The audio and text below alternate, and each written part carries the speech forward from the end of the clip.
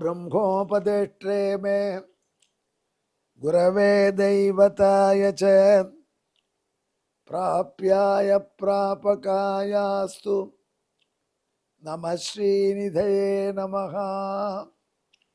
नमो वेंकटेशाय वेंकटत्वरैवार्क नमः।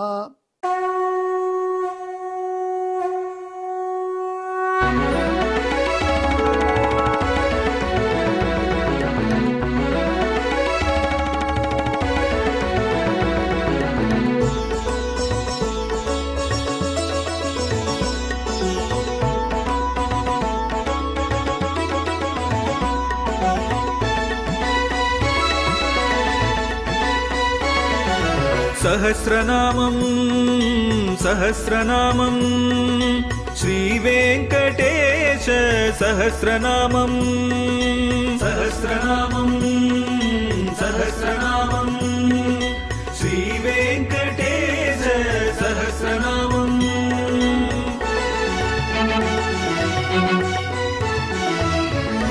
உலகில் கலிவினை தோஷம் அகற்றும் நாமம் சஹஸ்ரநாமம். உயர்வுகளை வாழ்வில் அளிக்கும் நாமம் சஹஸ்ரநாமம். திருமலையில் தினம் அர்ச்சனை நடைபெறும் நாமம் சஹஸ்ரநாமம். திருவேங்கடனின் தரிசனம் காட்டும் நாமம் சஹஸ்ரநாமம். சகஸ்ரநாமம் சகஸ்ரநாமம் ஸ்ரீவேங்கடேச சகஸ்ரநாமம் சகஸ்ரநாமம் சகஸ்ரநாமம் ஸ்ரீவேங்கடேச சகஸ்ரநாமம். அன்பர்களே வணக்கம். இப்பொழுது நாம் திருவேங்கடமுடியானுடைய திவ்ய சகஸ்ரநாமத்திலே 479வது திருநாமத்தை அனுபவிக்கப் போகிறோம். இந்த திருநாமம் நயகா என்பது.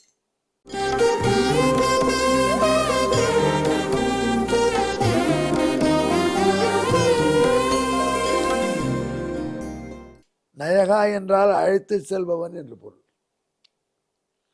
ராமபிரான் காட்டுக்கு கிளம்பினான். காட்டுக்கு கிளம்பின பொழுது அயோத்தி மக்களும் கூட கிளம்பினார்கள். ராமபிரானை விட்டு நாங்கள் தனித்திருக்க மாட்டோம், எங்களுக்கு ராமன் இருக்கும் இடமே அயோத்தி, எனவே ராமா நாங்கள் உன்னோடு வருகிறோம் என்று ராமபிரான் சீதை லக்ஷ்மணன் போற தேர் பின்னாடி அயோத்தி நகரத்தில் உள்ள இளைஞர்கள் நடுவயதினர்களெல்லாம் தொடர்றான். அது பெரிய ப்ரொட்டஸ்ட். பரதனுக்கு ராஜ்யத்தில் அவன் வெறும் வீட்டு உள்ள அரசை பார்க்கட்டும், நாங்கள் ராமனோடு தான் போவோம் என்று வருகிறார்கள். எவ்வளவோ கெஞ்சினான் ராமன், அப்படிலாம் வராதீர்கள், பரதன் ரொம்ப நல்லவன், என்னை விட நல்லவன், அவன் ஞானவிருத்தோ வயோ பாலகா, அறிவில் என்னை விட பெரியவன் தான், வயசில் விராட சொல்ல இருக்கலாம் என்றெல்லாம் சொல்லி பார்த்தான், கேட்கல. அன்றே அயோத்தியிலிருந்து இப்படி இவர்கள் 30 நாள் தேர் மெல்ல தான் வந்து ராத்திரி ஒரு இடத்துல தங்குபடி ஆயிடுது, தமசை நதிக்கரையில். அங்கே எல்லாரும் தமராசனிக்கிற ராத்திரி தூங்க ஆரம்பிச்சிட்டாங்க. எல்லாரும் டயர்ட். கிடைத்த போது ஏதோ ஒரு காய்கறி கிழங்க சாப்பிட்டு படுத்துருக்கா. ராமபிரான் ரொம்ப வருத்தம். இவைகள் அனைவரையும் இப்படி காட்டுக்கு அழைச்சிட்டு போனால் எவ்வளோ கஷ்டப்படுவாங்க, இது பெரிய சிக்கலாக இருக்கேன்னு நினச்சான். அவனுக்கு தூக்கம் வரல. சுமந்திரனை கூப்பிட்டான். சுமந்திரா, தேரை சத்தம் போடாமல் கிளப்புவியான்னு கேட்டான். சில பேர் வண்டி ஸ்டார்ட் ஆச்சு பொருள் சத்தம் போடுவாங்களே, அமைதியாக தேரை ஸ்டார்ட் பண்ணி கிளப்பணும். எதுக்கு பிரபு? நான் சீதை லக்ஷ்மணன் 3 பேரோட உட்கார தேரை நீ என்ன பண்ண அயோத்தியை நோக்கி ஓட்டுற மாதிரி ஓட்டு. அப்புறம் நைஸா மெயின் லைனில் போயிடு, மறுபடியும் திரும்பி நாம கங்கையை நோக்கி ஓட்டுடுவோம். சரி, அப்போ என்ன ரொம்ப கெட்டிக்கார டிரைவர், சைலண்டாக தேரை ஸ்டார்ட் பண்ணி, அதில் நம்ம ஊரை பற்றி யாரோ நம்ம ஊரில் காரில் ஹாரன் தவிர மீதியெல்லாம் சத்தம் போடணும்னு வேடிக்கையாக சொல்லுவார். உண்மையாக ஹாரன் தான் சத்தம் போடணும், ஹார்ன் அடித்தா சவுண்டு வராது, ஆனால் மீதி எல்லா பாட்டில் உடலோடலாம் சத்தம் போட்டே இருக்கும் வேடிக்கையாக சொல்லு. அதெல்லாம் அந்த காலம். இப்போ நம்ம டெக்னாலஜி கெட்டிக்காரருக்கு தான் ஆகும். அப்படி தேரை சைலண்டாக நகர்த்தினான். நகர்த்தி மெயின் ட்ராக் கொண்டு போயிட்டான். விடிஞ்ச போது தான் ஜனங்கள் எழுதுண்டா, ராமனை காணும், தேர் அயோத்தியை நோக்கி போயிருக்கு, ராமபிரான் அயோத்தியை நோக்கி போயிருப்பான், கஷ்டப்பட்டான், ராத்திரியில் மூட்டை பூச்சி கொசு இதெல்லாம் கடிச்சிருக்கும் இங்கே, அவன் போயிட்டான், சரி நாமளும் போயிடுவோன்னு திரும்பி கொடுத்துச்சு. அங்கே போய் பார்த்தா ராமன் வரல, இப்படி நம்மளை ஏமாத்திட்டான் என்று அவர்களுக்கு வருத்தம் தான். அயோத்தியில் அப்படி ராமனை நேசித்தார்கள் எல்லாரும். நற்பால் அயோத்தியில் வாழும் சராசரம் முற்றவும் நற்பாலு குய்த்தனன்.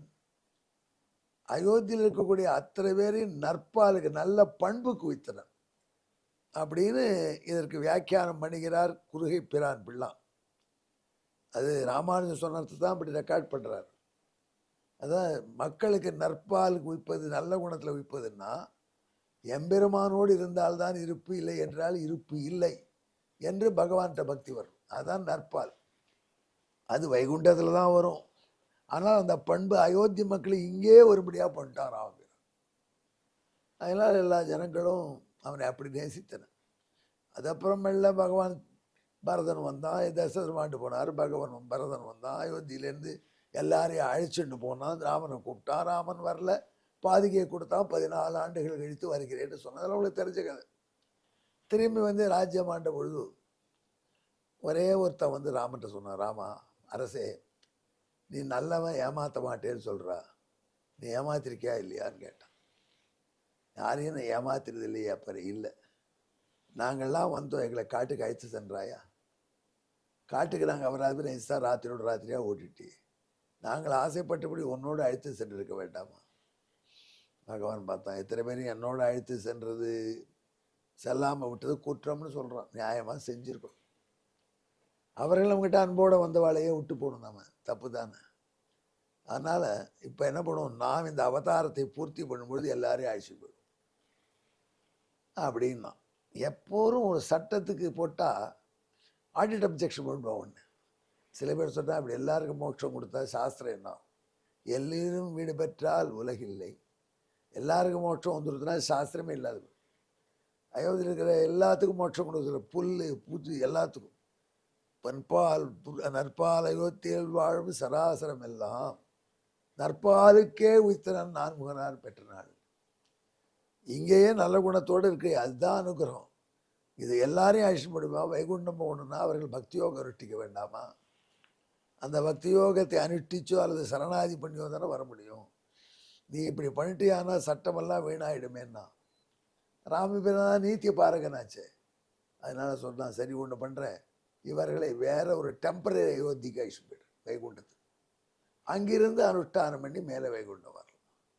அதற்காகத்தான் ராமாவதாரம் முடியும் பொழுதும் எம்பெருமான் சரையூ நதி பிரவேசம் பண்ணினான். எல்லா ஜனங்களும் கூட வந்துட்டு, அத்தனை ஜனங்களோட சேர்ந்து அயோத்தியில வெள்ளத்தில் பகவான் பிரவேசிச்சிட்டான். அன்று சராசரங்களை வைகுந்த தேற்றுகிறார் குலசேகர பெருமாள். அயோத்தியில் உள்ள மூவபிள் ஐட்டம் அனைத்தும், ஸ்டேஷனரி, மொபைல் ஐட்டம் எல்லாமே எம்பெருமானோட கூட கிளம்பிடுத்து. அழைத்து போறேன்னு சொல்லபடி அழைச்சி போயிட்டான்.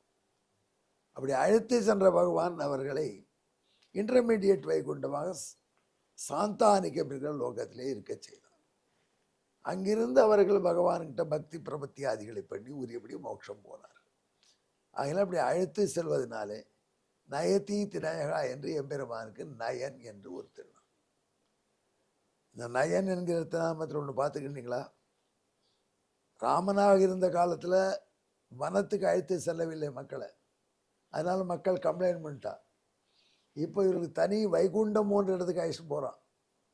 அங்கே நீண்ட நாள் இருந்து அதன் பிறகு அசல் வைகுண்டத்துக்கு போகிறான். ஆகியத்தினால் சாக்கேதத்தில் உள்ள அயோத்தியில் இருந்த எல்லாருக்கும் மோட்சம் கொடுத்துட்டான். பட் ஸ்டெப் வச்சு கொடுத்தான், அவ்வளோதான். அதனால் எம்பெருமானுக்கு நயன் என்கிற பெயர் ரொம்ப பொருந்துகிறது. இந்த நயன் என்கிற பெயரை விடவர்களுக்கு வழித்துணையாக பகவானே வந்து வைகுண்டத்துக்கு அழைத்து செல்வோம்.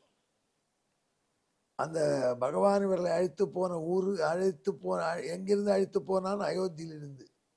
எங்கே அழைத்து போனான்னு அயோத்திக்கு. என்னையா அப்படி சொல்கிற, புரியல, என்னையா குழப்பறேங்கிறீங்களா? இல்லை இல்லை, வைகுண்டத்தில் உள்ள எம்பெருமானுடைய சிட்டிக்கும் அயோத்தின்னு பேர். அந்த அயோத்திங்கிற பேரைத்தான் தசரதருடைய முன்னோர்கள் தங்கள் கேபிட்டலுக்கு வச்சா.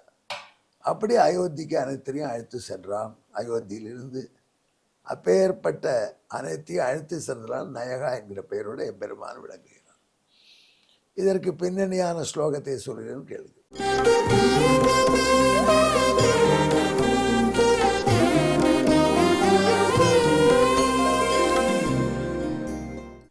நயதி ஸ்ம சமான் ராமஹா சாகேதே ஸ்திரச்சரச்சரான பீகைதான் சாந்தானிகமத லோகம் நயதி நாம்னா விபாதி வந்தியோதா. ஒரு விஷயம் பராசர பட்டர் செய்கிறார். சாதாரணமாக மற்ற இதர தேவதைகள் கோயிலுங்கிறது கூட அயோத்தியில் பிள்ளையார் கோயில், ஐயனார் கோயில், அம்மன் கோயிலான்னு சொல்ல முடியும். அங்கே இருக்கிற விக்கிரகங்கள் கூட அயோத்திக்கு போய் வைகுண்டம் போயிடுது ராமனோடங்கிறார். அவள்லாம் போகலைன்னா அவளுக்கு எங்கே அயோத்தியில் கோயில் இருந்ததோ அங்கே இருந்த சிலைகள் கூட ராமனோட கடை சாந்தாரிக லோகத்துக்கு போயிடுது.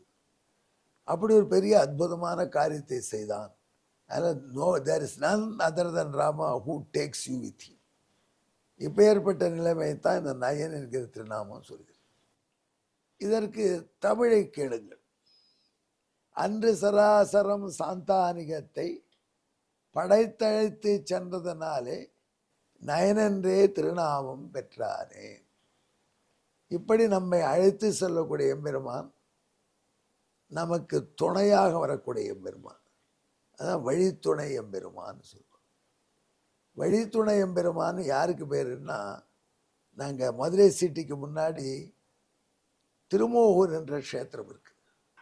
அந்த பெருமாள் திருமோகூர் ஆத்தனை அழைத்து செல்லும், கூட அழைத்து செல்லும் பெருமாளாக சத்பதவியாம் சகாயம் என்று நல்ல மார்க்கத்திலே துணையாக கூட அழைத்து செல்வான் என்று ஆழ்வார் பாடுகிறார்.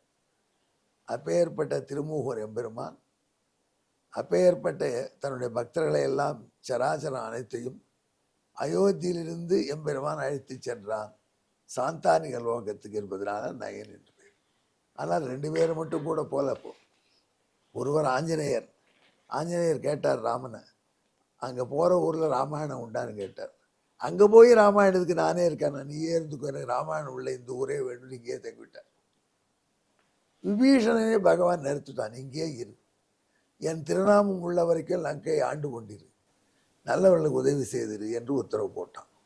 இப்படி 2 பேரை தவிர இது எல்லாரும் பகவானோட கூட சாந்தானிக லோகம் போய் சேர்ந்து நல்லோகத்துக்கு வந்தார்கள். பிறகு வைகுண்டம் சென்றார்கள் என்று இது அற்புதமான ஒரு சாக்கேயத்தே முக்தி தானாத் என்று இருப்பிடமான அயோத்தியிலே மோட்ச சுகத்தையும் பெற்றார்கள் என்றபடி வாழ்ந்தது. அடிப்படையில் நயகா என்று எம்பெருமான் சொன்னான்.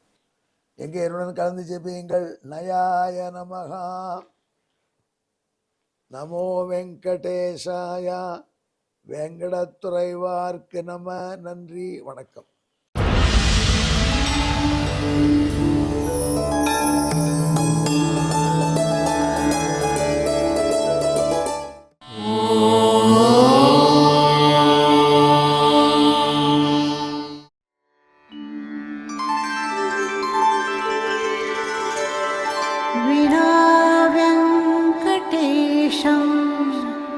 ननाथो ननाथः सदा वेङ्कटेशं स्मरामि स्मरामि। हरे वेङ्कटेश प्रसीद प्रसीद, प्रियं वेङ्कटेश प्रयच्छ प्रयच्छ।